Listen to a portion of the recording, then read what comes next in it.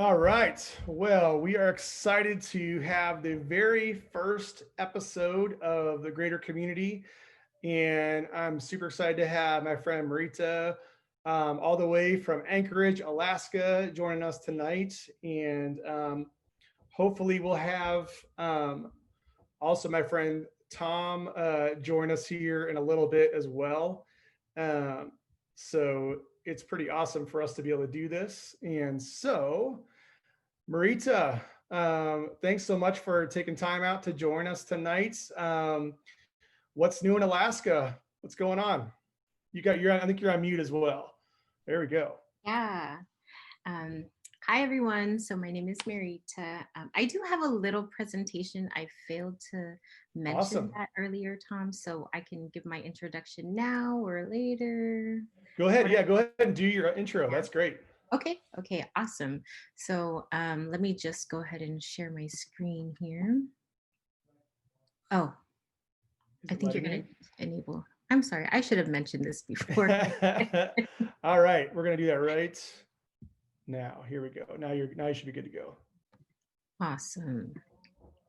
That's all Okay. right. We're figuring out all the technical stuff this first week. So thanks for helping us figure Yeah, this all stuff out. most definitely. Thank you guys. Okay, uvanga atiga mishak kat yak mi hurunga anaga aksetak dataga gunungaluk anaraga panak dataraga nuyakun anaraga lidimpe dataraga Adolf. Hello, everyone. My name is Meritha Capelle. My Inupiaq name, my Indigenous name is Mishak. My first name is also Marshallese. I am both Inupiaq. I come from Guyana, but I'm also Marshallese, which is in the South Pacific Islands. But the village I'm from is called Gutyak, which means a place where three rivers meet. But I live in Anchorage, Alaska, which is on Dena'ina land. And here you can see pictured my mother in the bottom right corner. Her name is Aksetak or Esther, and then her mother, Panak, and my grandfather, Nuyukun, and my great grandparents, Clara and Isaac, and then, sorry, Clara and Frank, and or Kapuk and Gehruk, and my my mother's paternal grandparents are Jenny and Isaac, or Mahron, and yeah. So, but the reason I take the time to introduce my family and where I come from is because it's important to know your place of origin and just who you're tied to. Because if you want to know who I am, then I would also like you to know that I would not. I'm not me without my ancestors, and also without those that are gonna come after me. So that these are my family on my mother's side, and then here you can see to the right is my father. He just passed away about a year ago, just a little over a year ago. His name is Fred Capelle Sr. And his parents, my Bubu Lirimpe and my Jimma Adolf, so my grandmother and grandpa, and then my great grandfather Adolf, and I couldn't find another photo of my great grandmother. But Adolf Capelle. And so he was a German sea merchant who went to the Marshall Islands and started the Capelle clan there. It's a big clan in the Marshall Islands. Also a little tidbit here is where we're from, we often introduce who we are through our parents and grandparents. For one, you might be related, but also that was our way of taking care of each other. Because if you're traveling, especially in the olden days, you know, especially in harsh climate, harsh situations, if someone took you in and you want to return the favor, you do that by taking care of their family. And so I think it's the same way in God's family, like even though we're not related by physical DNA, our spiritual DNA is the same. And so we're related in that way. And so that's just a little tidbit there. So Yeah. Yeah, a little bit of my history. So I went to Alaska Christian College, and then from there, I went to a few different schools, but from Alaska Christian College, I went on to North Park University. And so I like to say I'm a Viking, just like many of you guys. um, so there I am in the red parky or the maroon parky with some of my friends that came to visit from Alaska. So I was giving them a tour around the school. Awesome. Yeah. Ariga is the ministry that I work with. It falls under the CYAK umbrella. So Covenant Youth of Alaska, that's what CYAK stands for.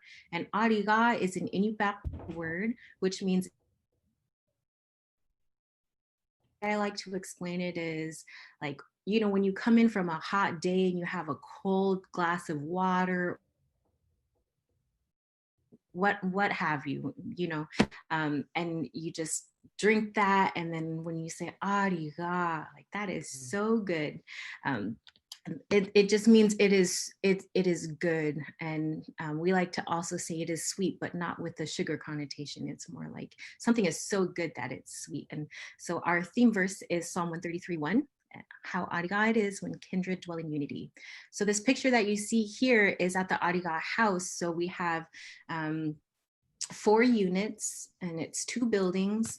And in the middle there, we have a fire pit and a picnic table. And this is where we often gather over meals and to have worship and play games. And it's got a nice ambiance there.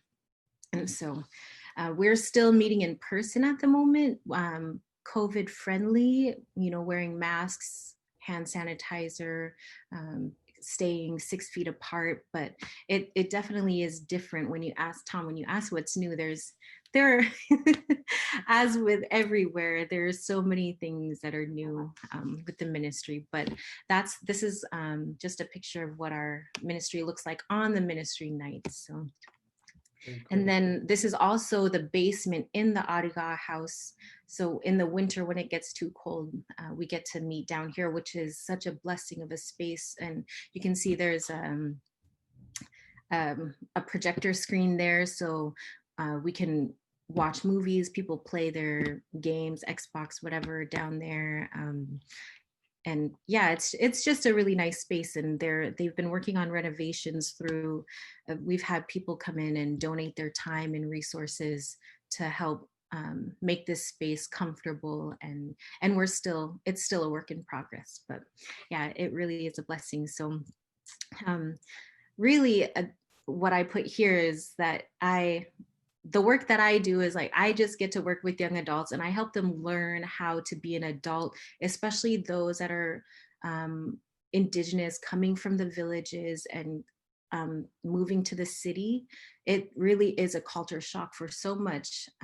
It's, even for those that live in the city and go off to college or find a new job, it's still a culture shock. But when you're coming from a village, it's like you're stepping into a whole different world. The way that people think and the way that people operate, it's very different, with the Western mindset. So we just help them navigate that, and all the while learn how to live and love, receive Creator's love. Awesome. So yeah, this is just some activities we've done together. We like to play a lot of games, you can see. And in the bottom right corner, it's really small, but this is when we went to the Alaska Federations of Natives as a group. They have a Kuyana night. Kuyana means like thank you, but it's just a group of, it's just a night full of dancing. And so we got to enjoy that and celebrate that. And that's one of the aims for Ariga, is to really celebrate who we are as Creator has created us to be. And whether you're Indigenous, whether you're not Indigenous, we talk about these things and how we can walk alongside each other. And it, we're not perfect in that, but that is one of the aims. And we're still trying to build that up. And yeah, so it's a lot of fun. We had Harry Potter night outside in the green space um, at the Ariga house one night, and we like to have a lot of fun together. And just a couple of prayer requests. We have a young adult retreat coming up. It's in 2 weeks. So wait, yeah, it's the 25th, the weekend of the 25th. So, and it's all interesting because we're not gathering in one spot anymore. We're sending people out to different ministry sites, and we'll be doing things on Zoom and then doing things with each ministry site, and then trying to facilitate fun and also education. And it's a little tricky at this point, but we're doing it. So if you could just pray for that. And also just some recent news from one of our young adults. He just lost his mother due to COVID-19 complications. And this was just a couple of days ago. And so it's, when the virus starts to impact your community, when it really hits close to home, it really causes you to pause and to think like, okay, what are we doing to really protect and to love those that we serve? Are we really serving them? Or yeah, so just, I think those are the conversations that are coming up as well. Cause I don't even want to talk about the discussion on masks and all that. Cause I can see both sides, and yeah, I won't go there, but Okay. Yeah. So that's who I am. Awesome. Well, and while you were presenting, Tom joined us. So hello, Tom. Good to see you. I'll let you introduce yourself as well. Obviously, you have some similar work that you do, but let you kind of introduce us to some of the specifics of what you do in your role. Yeah, while they're here, I just want to show you my two sons. Hey, boys, come on over. I just want them to see you. We're outside. It's still nice up here, sunshine. This is Isaac. Isaac is 7. He's in the 2nd grade, and here in the Valley, we're doing in-person school. And this is Jackson, his younger brother. Jackson just turned 3, and he's home with me. He's got his biker's helmet on. He's been riding his bike. Isaac is, I'm Yupik Eskimo, and my Yupik name is Itgachongap. It means cute foot or little foot.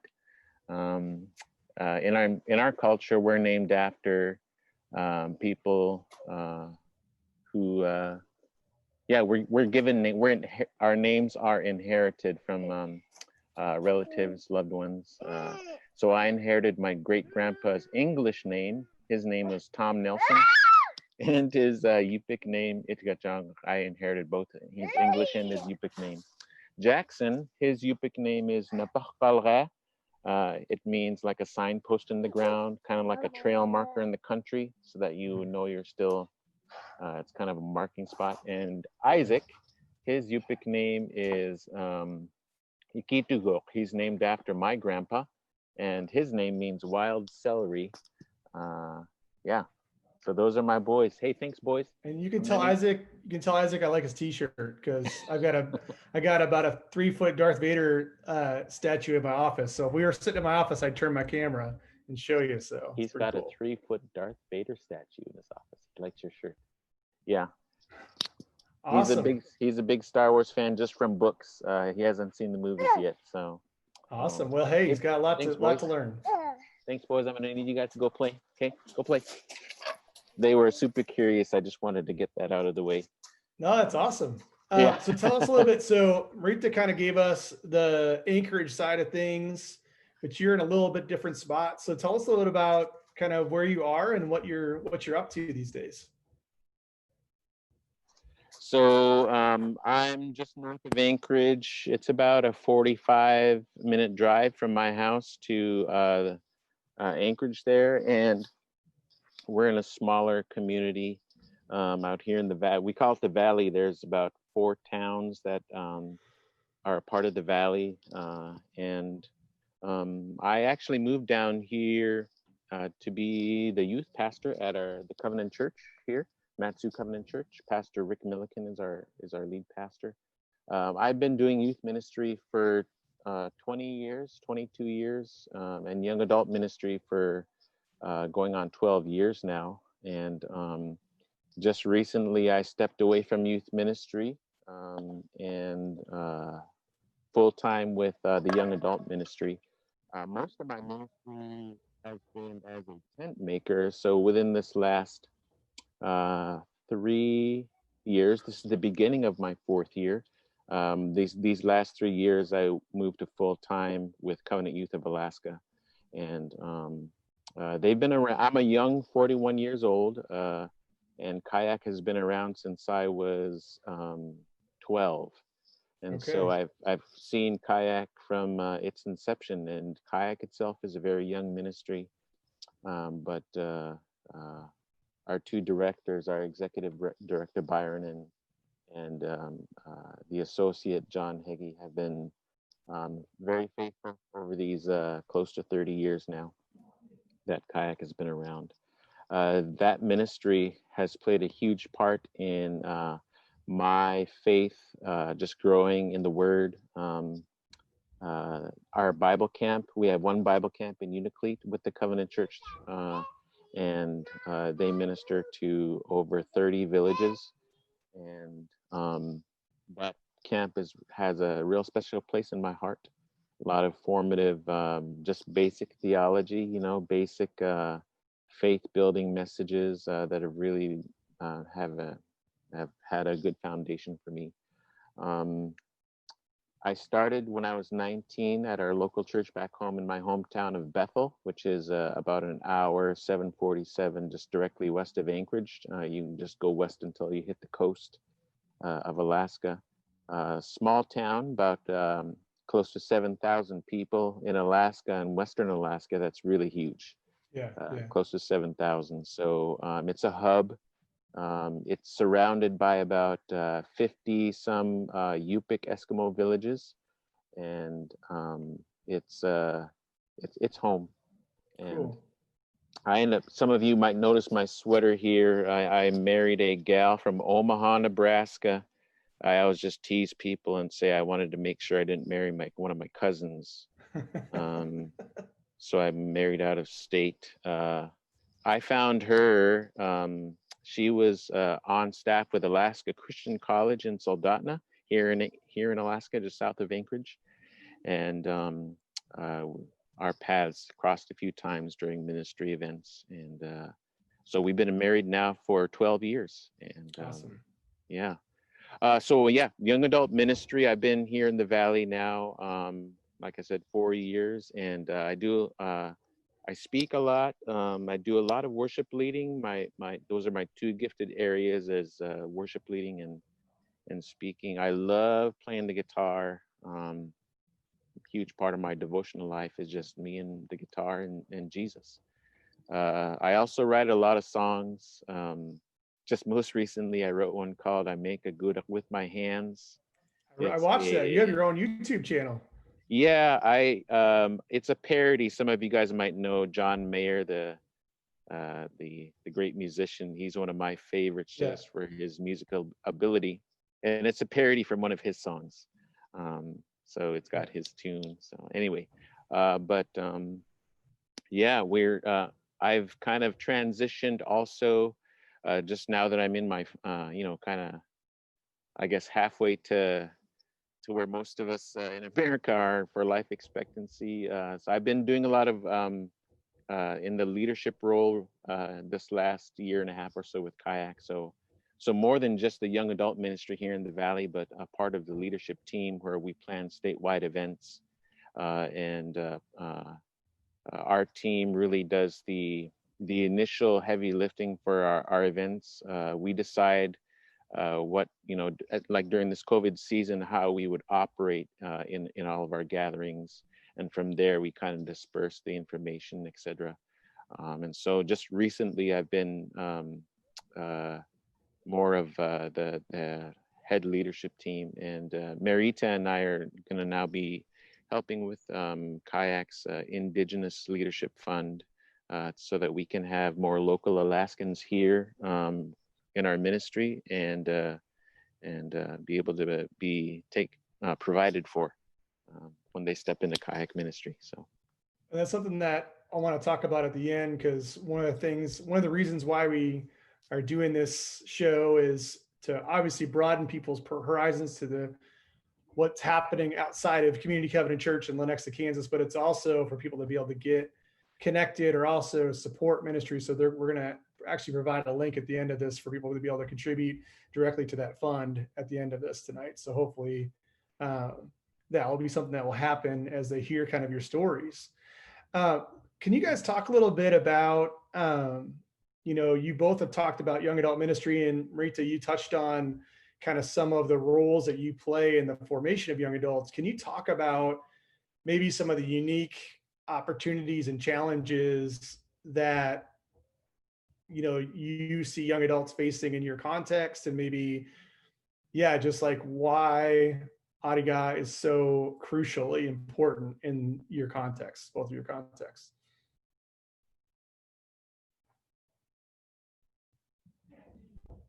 Okay, I'll go first. Pointing at you. That was a good lip reading there, Tom. Okay, one thing that comes to mind is identity, and I think that's all across the board, no matter where you come from. Identity is always like just an inherent thing that we kind of struggle to figure out, right? So for our young adults that especially come from the village, I mentioned that culture shock, and even those that already live here in the city, finding their place and finding who their place in the eyes of God, and not as like God already knows how he sees them, but for them to have a shifting in how they see Creator seeing them, if that makes sense. Yeah. So how they view their own identity and reconciling that with Creator, and also I would say like one of the challenges is like bringing in like the celebration of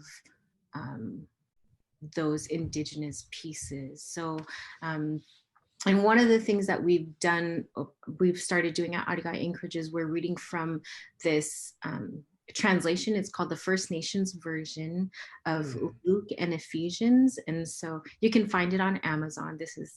I'm not sponsored. That's cool though, yeah.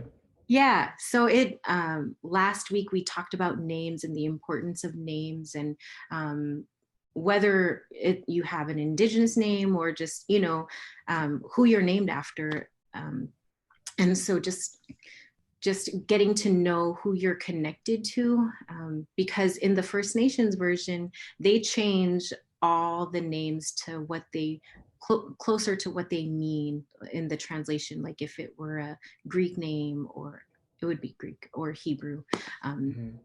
So like Elizabeth's name would be Creator's Promise, and yeah, so doing kind of like shifting things a little bit, I would say, is we're still trying to figure all of that out. Yeah. So I was curious about, when you mentioned that, I was going to ask you both about how has kind of your heritage played a role in your formation as Christians? Like how have you, Meritha, I notice you call God Creator, like you're very intentionally refer to God as Creator. And so, I think that was something when I talked with both of you when I was in Alaska at the different points, that's something that really fascinated me. And I think probably most of the folks watching this have very little understanding or background. And so that's one of my goals for this, is to have a greater understanding of just the richness that, these different expressions of Christianity in context. So if you could talk a little bit about, how has your, I guess for you to might just mean like, this is just normal, but maybe what are some of the distinctives that your heritage has played in your Christian formation? So with me, I am a fourth generation I'm the fourth generation Christian convert. My great grandpa, I was just sharing this on our meeting today. My great grandpa is one of those in our region whose story is well known. He was one of the first converts when the first missionaries came. His story is pretty popular with the older people. And he went out to go hunting out in the Bering Sea, and he got trapped by some ice with his kayak. He was gone for so long, he lost count of the days. Wow. He kind of gave up on life, just kind of resigned to the fact that he's going to die out in the ocean. He had some very supernatural things happen to him while he was out there. But he came to after passing out sometime on a Russian trading ship and was picked up by them, and they dropped him off back at the coast, and he met some missionaries right away. And by that time there was a translator in the area, and the missionaries and their message sounded really close to one of our teachings on the man, or we call him the person of the air, person of the sky. And his teachings to us as people were very, very similar to, we found out later, of course, were very similar to how God taught Israel to, at Mount Sinai in the commandments to take care of the people, the land, and each other, to live in community together, that faith is meant to be lived in community. And so all of that, we found out later, but so he was one of the first converts, and then he was also one of the first local preachers sent out. And so kind of a rich background for in our region, the YK Delta region, Yukon-Kuskokwim Delta. Like I said, that covers about 50 villages. So his son ended up being one of the Moravian Church's bishops, kind of a pastor of pastors. That's my grandpa, my mom's dad. And he served for 65 years or so. My dad became a pastor not long after he married my mom, and he pastored with the Covenant Church for 35 years. And then now he's with the Lord now. And I've been serving since I was 19. And so, that's kind of my background. Like I said, some of our, we call it, in Yupik, it's the way we say it is Qanruyutit, and it's the Qanruyutit means words of wisdom. All of that really reflects, like I said, some of the basic teachings that were taught at Mount Sinai, the commands, how to live. And so we also had some supernatural events, like in the island just off the coast. Again, they had the same name for him as we did, the person of the sky, or they actually called him the voice from the sky, because they can remember him speaking to them just before the missionaries came. So that's kind of how, at least with our region, how the gospel was readily received. God had went before the missionaries to prepare us for them very specifically. And so that's something I've been at when I go down to Alaskan Christian College as guest speaker. I've gone down 4 times in this last 2 years, and that's what I've been teaching some of the young adults, is to have them pass along that knowledge, that history of how God had prepared our people pre-missionary. Yeah, well, that's such a good word too, because I think so often, my people will go on mission somewhere and feel like we're bringing Jesus with us, like we put him in our pocket and take him with us to a location, and we forget that God is doing a work, ahead of us, and is has been preparing the soil, and as God is, Paul talks about, God reveals himself to all people. And so yeah, it's encouraging. I think that was when you spoke to our group, Tom, last summer, that was one of the things that people were just like really, really interested in, because they had never heard those connections. And I think sometimes, yeah, there's an arrogance about like, well, God's not going to show up until we go. And it's like, no, God, just give us the eyes to see what you're already doing, rather than kind of this idea that we're bringing God anywhere. So yeah, that's rich.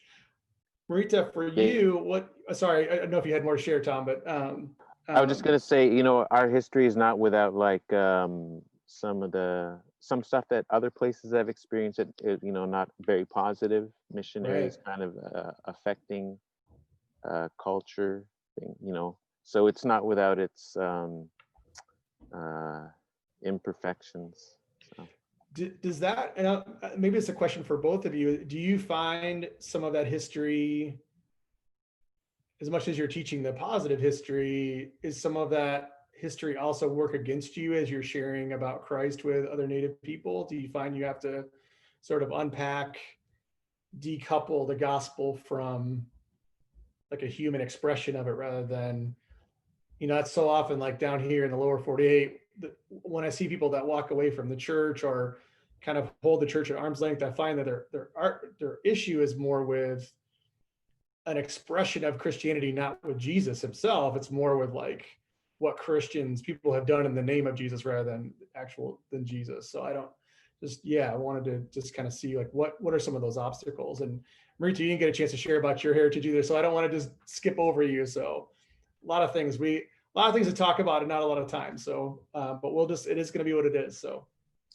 That's a very good question, but I will go back to the heritage part. Yeah. And we'll talk about both. We'll talk about both. Yeah. Yeah. Yeah, that one made me smile. I was like, yes, that's pretty good. I would say very similarly to what Tom shared.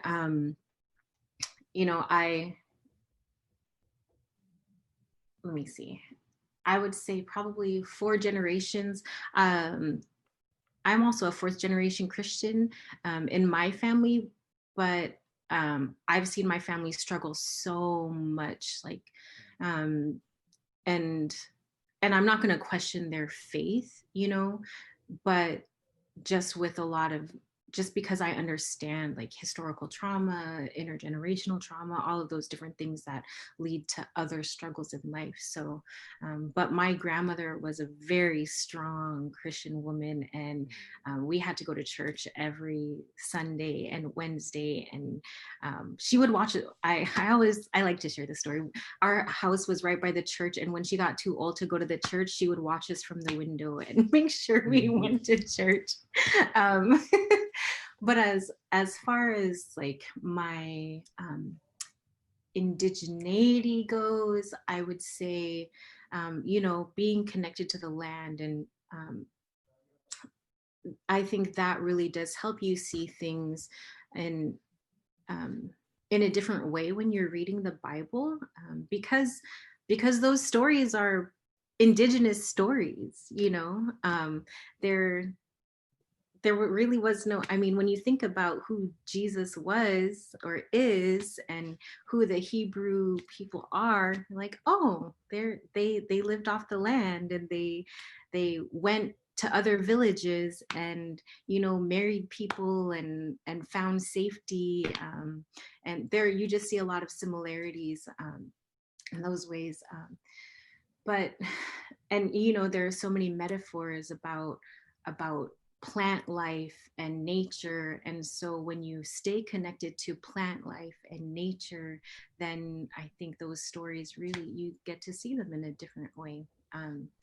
But also, we too, in my region, which is the Northwest Arctic region, so it's like above, like kind of like above the Arctic Circle, that area, northwestern Alaska, we have someone close to, I don't know who was the name that you mentioned, Tom? I know you mentioned Flumyor. Flumyor, the person of the air. Yeah. But who was the person that like foretold Oh, so in our culture, nobody can remember exactly who, but they all have the same story that, you know, they all say my parents told us.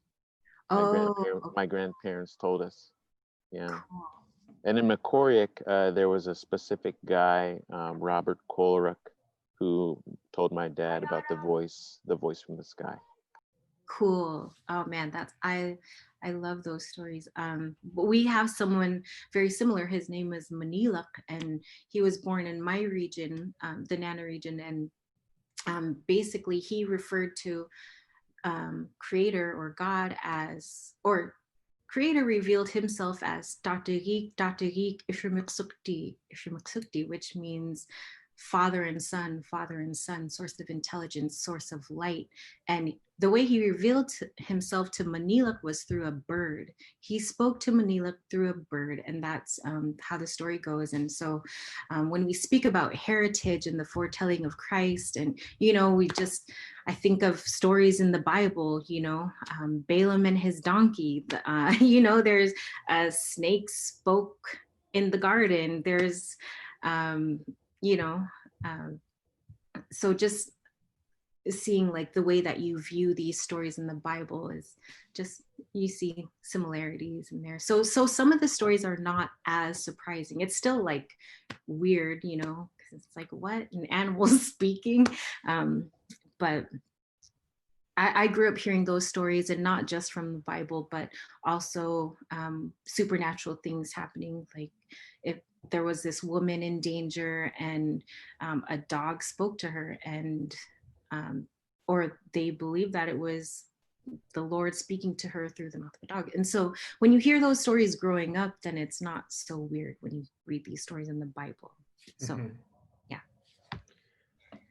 I don't, just listening to you, it almost feels like in some ways there are fewer barriers culturally for you guys than for us. Sometimes, like, our faith is so individualized, you know, it's a person rather than a people, and we almost have to like you know, in my context, I feel like so often I have, like, I was serving communion this last Sunday, and we were talking about communal confession, you know, because we talk about, you know, confessing our sins before we receive the elements and things like that.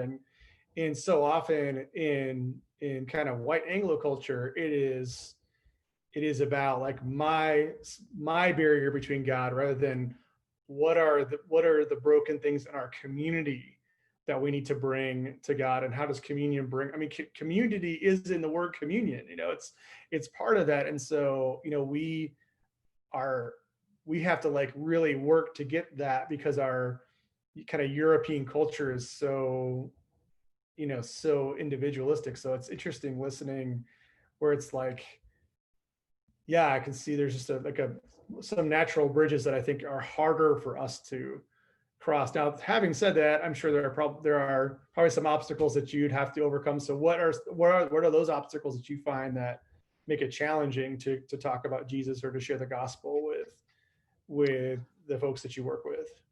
So some of the challenges with our people, like I said, our history, even though we have such a rich history as far as how God prepared us, it's not without its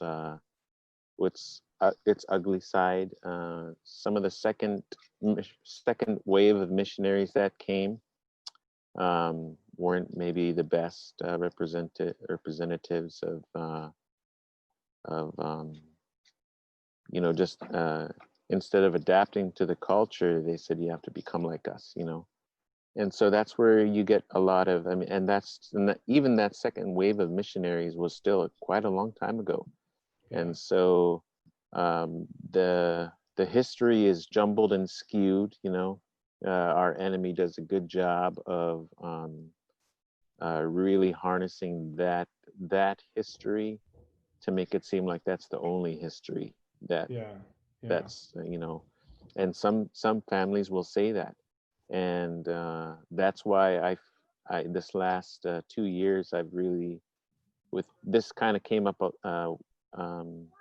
in our ministry here in Alaska. about 4 years ago, this whole idea of people saying, well, we need to get back to our culture, which has nothing to do with Christianity. In other words, they saw Christianity as just another belief system to choose from, as opposed to the way, the truth, and the life.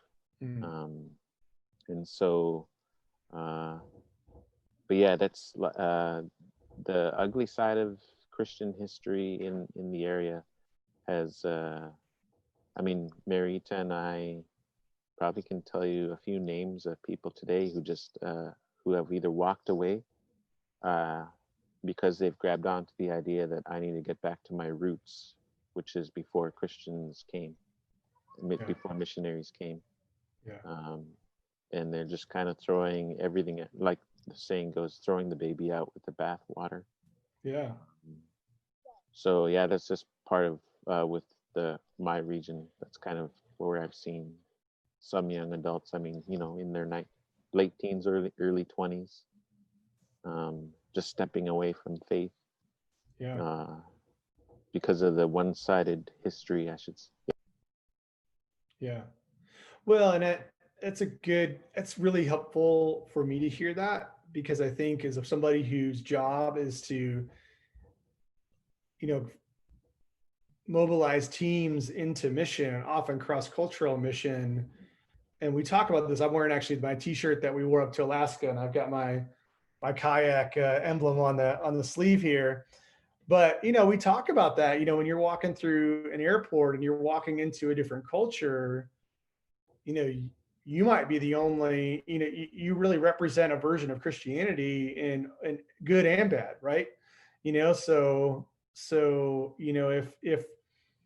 if I'm walking into a situation where I'm disrespecting or trying to just take control of a situation, or I think that's the one thing I loved about my conversations with Byron, and he talked about the Indigenous Leadership Initiative that CYAK has. I said that's what said, man, this is the partnership. Like I think it's so beautiful that there's been a kind of a recognition in some of the more recent movements of saying, man, it seems like it's way more healthy to encourage leaders that come out of a culture and come out of a community, rather than trying to import, because like you're saying, I think a lot of missions have come and we've given off the impression of,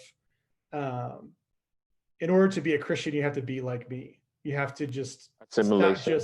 It's not just like a message, it's everything that comes with it. It's worshiping the way that I worship, and speaking the way that I speak, and dressing the way that I dress. And in the lower 48, we only have like 15 minutes left, but we could spend a long time talking about the history of the American church and Indigenous people, throughout all of the states, of just coming through and trying to reculture people or transform culture, and not in a kingdom way, in just let me export this version of Christianity as the way. And it's like, the cultural thing is not the way, it's the gospel is the message is the way. So I think that's something that was part of the reason why I was so excited that you two were my very first guests on here, because I really think it's important that Indigenous voices I don't think get a lot of play in our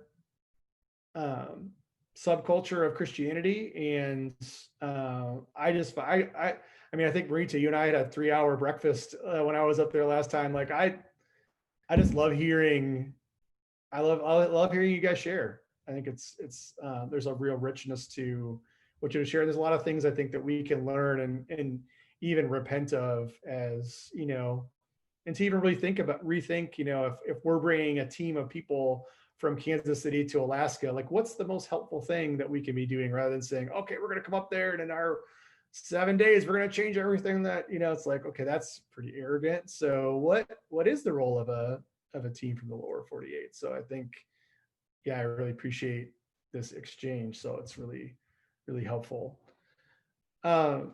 what are some of the, as you talk about people that have walked away, eh, what are some of the um, objections that you hear from some of those young adults who say, "Yeah, I can't do this Christianity thing." Like, what are some of the more common objections that you hear? Like I said, it's the history that's very one-sided, as opposed, the missionaries who told us we have to, assimilate. The word Yeah, that's been used a lot in this last couple of years is colonization. yeah, That's a big one. And so destroying culture, the loss of culture in some communities.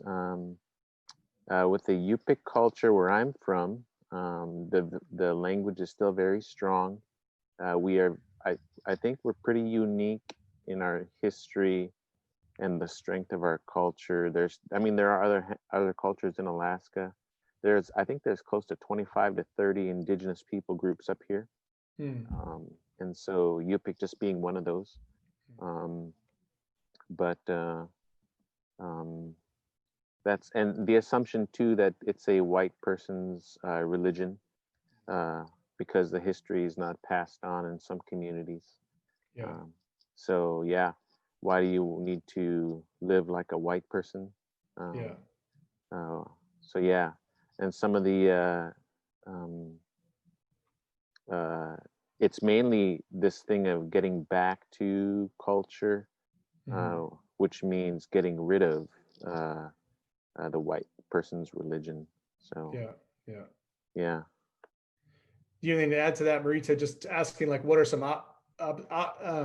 objections that you hear from some of the young adults that you've worked with, or some of the young adults that you've seen kind of reject Christianity? What are some of the objections that you hear, or kind of common themes that come up?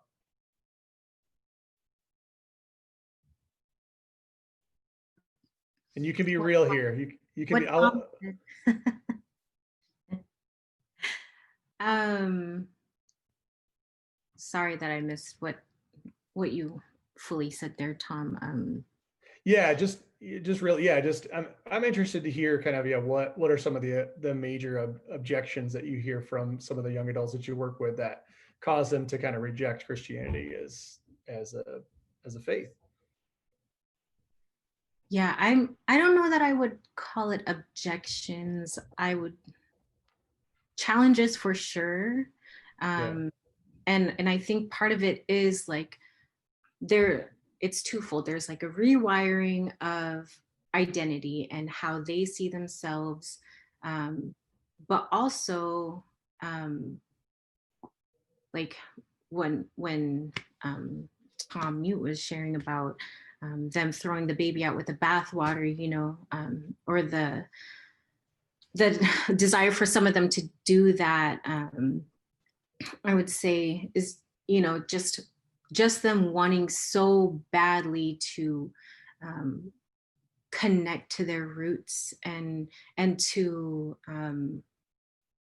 love who they are. I think that's where the challenge comes in, is that in order for me to really embrace who I am, I need to get rid of this belief system that was brought in that told my ancestors I am not smart, I am not beautiful, I am not all of these things, and I am all these things. So there's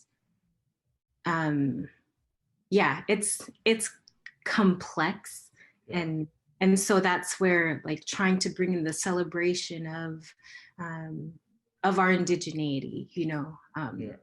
how and to redeem certain things, like singing in your native tongue, dancing, and what does that look like? Do we know what those traditional songs meant? Like, because some of the songs were not honoring to creator, like some of those Mhm. songs, as when we talk about being in touch with the spiritual realm, I have stories, I've heard stories of people dancing Inupiaq dances, and they're feeding the fire meat and a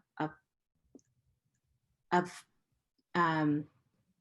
a being that looks like a wolf, but it like jumps out and like takes the meat, you know, and that's not every dance, but you know, I know that some missionaries saw that and said, okay, this is evil, so you True. can't do that anymore. But not all of the dances were evil. So how do we redeem that Yeah. and bring that back to honor creator? And so like, let's sing a new song, let's do a new dance. And Yeah. you know, so I would say it's more of a challenge. Yeah. Oh, that's great. So as we we just have a few minutes left. Unfortunately, this I knew this hour was going to go super fast, but um, what would be your dream for the young adults that you work with and the church in Alaska? Like, if you like this is what you're praying for, this is what you're seeking God's face for. Like, what is that like? Man, I pray that this happens in my lifetime. Boy, right away, I can tell you right now, with this specific ministry, and then also with the other denominations in Alaska, to really have the local indigenous people practicing their spiritual gifts, and everyone doing it, so that Mm, you see less people having to.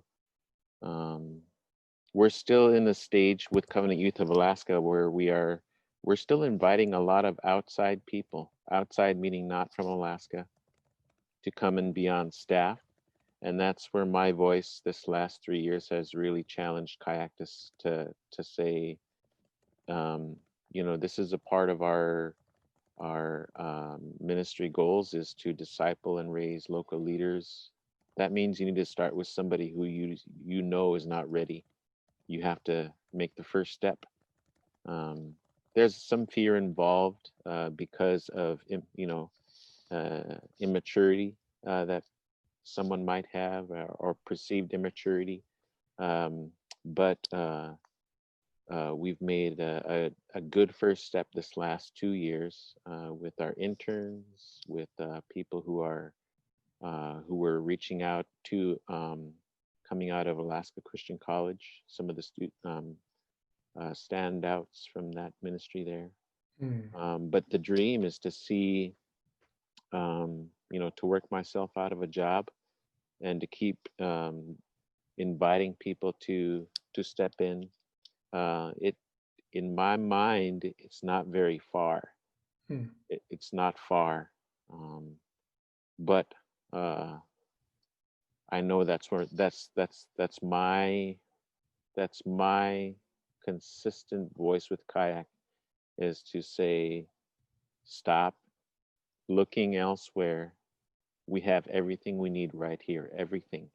mm, You don't have to go elsewhere, because what you see around you is you see it as not ready. You see it as immature. You see it as you know whatever the reason is.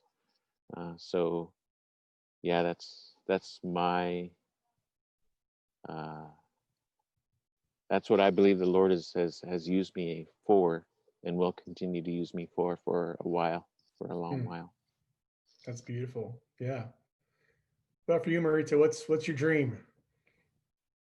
I just have a commentary for that. What Tom Yeah. just shared. Yeah.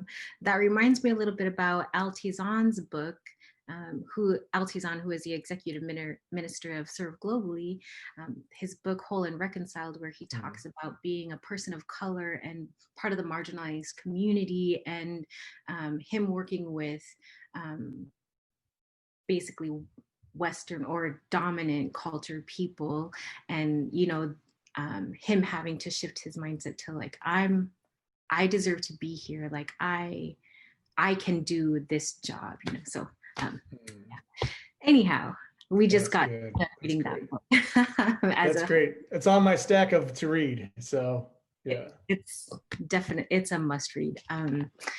So let's see, my dream, piggybacking off of what Tom just shared, that was all really good.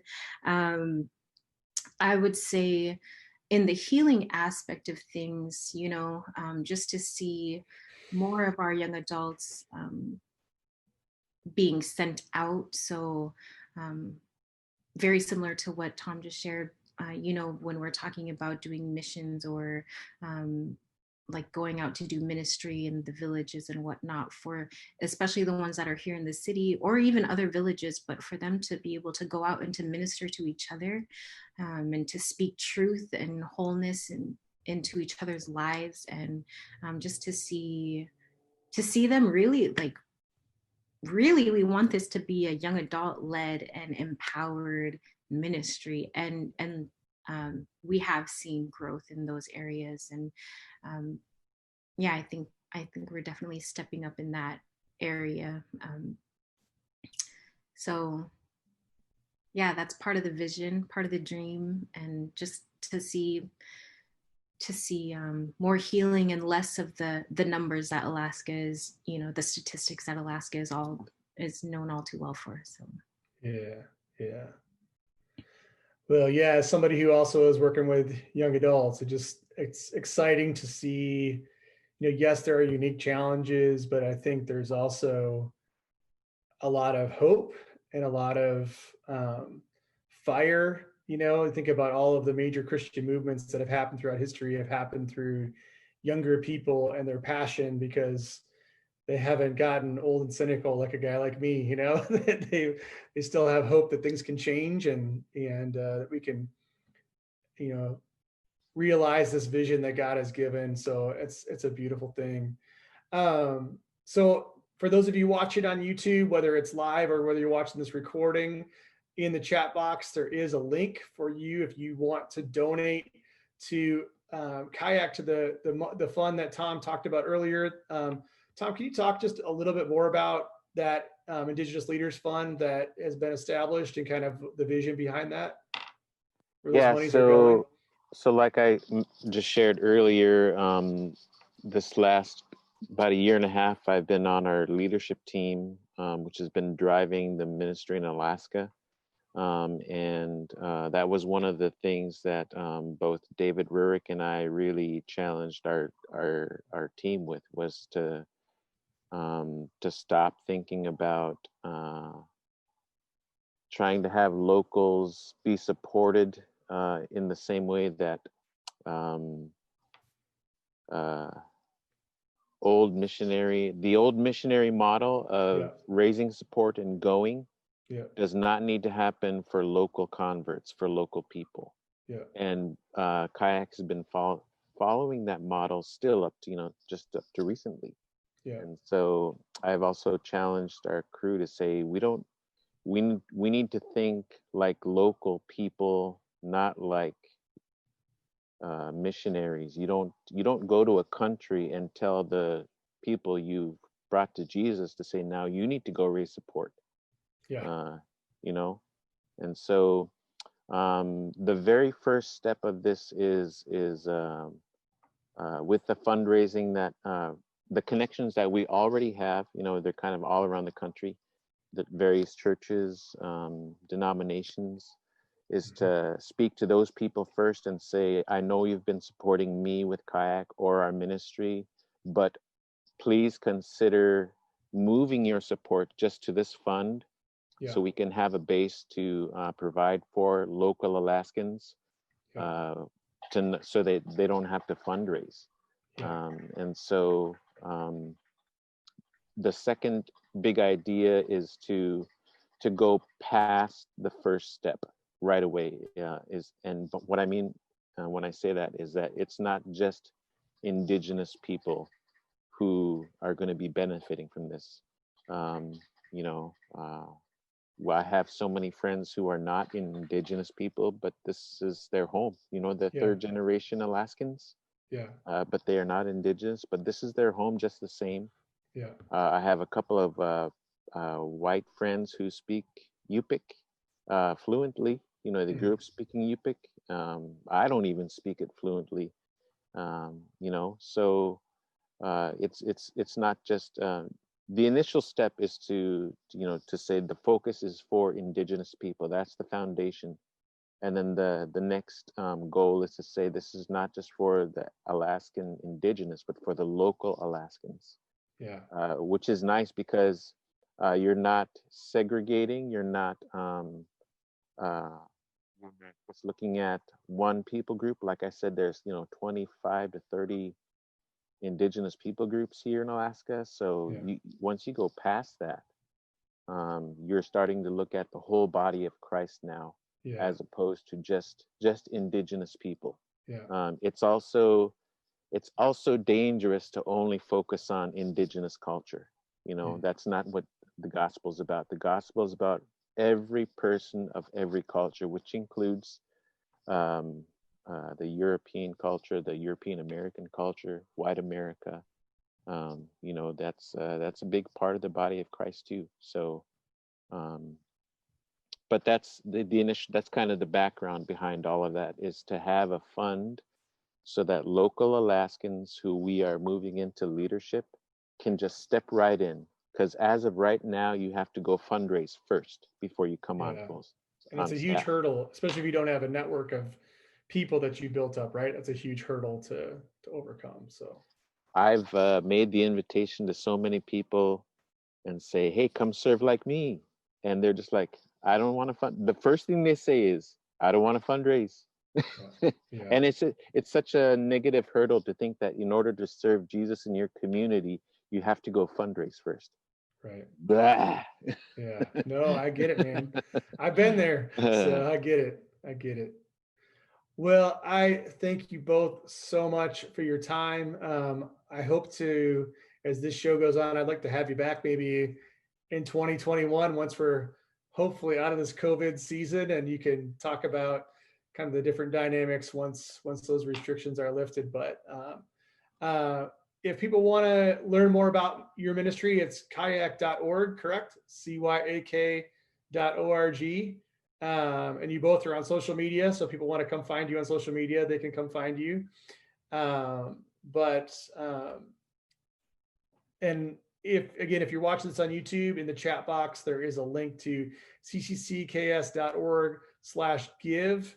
And then the drop down, if you select that general missions fund, those monies will be going to, we do have money set aside to go towards that fund that Tom was just talking about.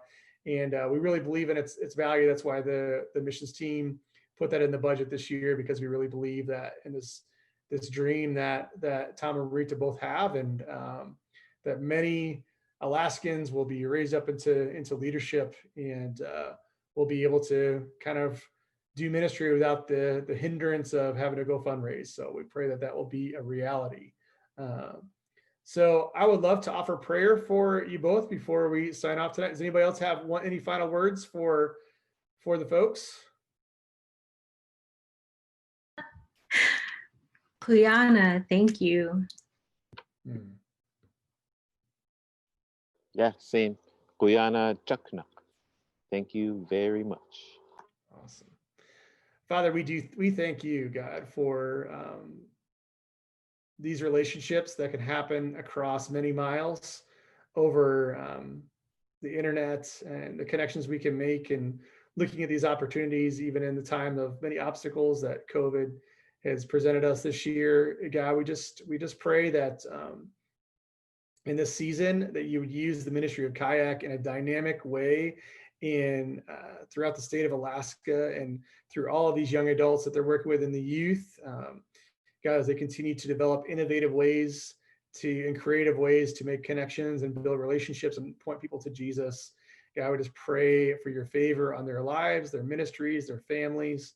God, we just pray that for great abundance, and God, your richest blessings on them both and their families, and the whole CYAK family. God, just thank you so much for this opportunity to have this conversation this evening. We love you so very much. In your name, amen. Thank you both so much. I hope to be able to get back up there sometime soon, be able to get back on an airplane, and bring some friends with me. So we'll see you next time. Take care, everybody.